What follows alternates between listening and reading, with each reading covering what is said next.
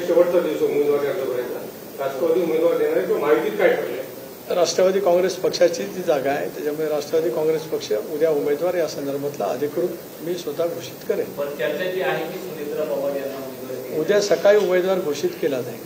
दुसरा मुद्दा तुम्ही जे म्हणालात की आम्हाला आमच्याकडे संभ्रम निर्माण केला जातोय आणि अजित पवारांना टार्गेट केलं जातंय, तर कोणाकडे दोष आहे त्याचा की अजित पवार टार्गेट का केलं? सोशल मीडियावरती ज्या पद्धतीने केलं गेलं, महिलांच्या संदर्भामध्ये सुद्धा सोशल मीडियाच्या माध्यमातून ज्या पद्धतीने एक अश्लील पद्धतीची टीका टिप्पणी केली, आम्ही त्याचा सगळा शोध घेतो आहोत.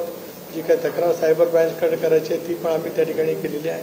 परंतु शेवटी आम्हाला कळतं ते आजही मी या वक्तमध्ये ज्यांना समजायचं असेल त्यांना कळेल, पण आपल्यामार्फत एवढं समजतो की आम्ही या साऱ्या गोष्टीचा पूर्णपणाने अभ्यास केलेला आहे आणि आता आगामी येणाऱ्या निवडणुकीमध्ये या साऱ्या काही घडलेल्या घटना, सारं काय केलेलं कुटील डावपेच या साऱ्याच्या दृष्टीकोनातून आज आम्ही पुढच्या कालावधीमध्ये सतर्क होऊन काम करणार.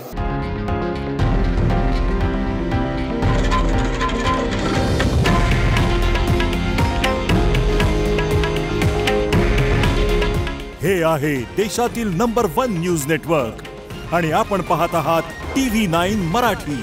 काळजी तुमची, हित महाराष्ट्राचं.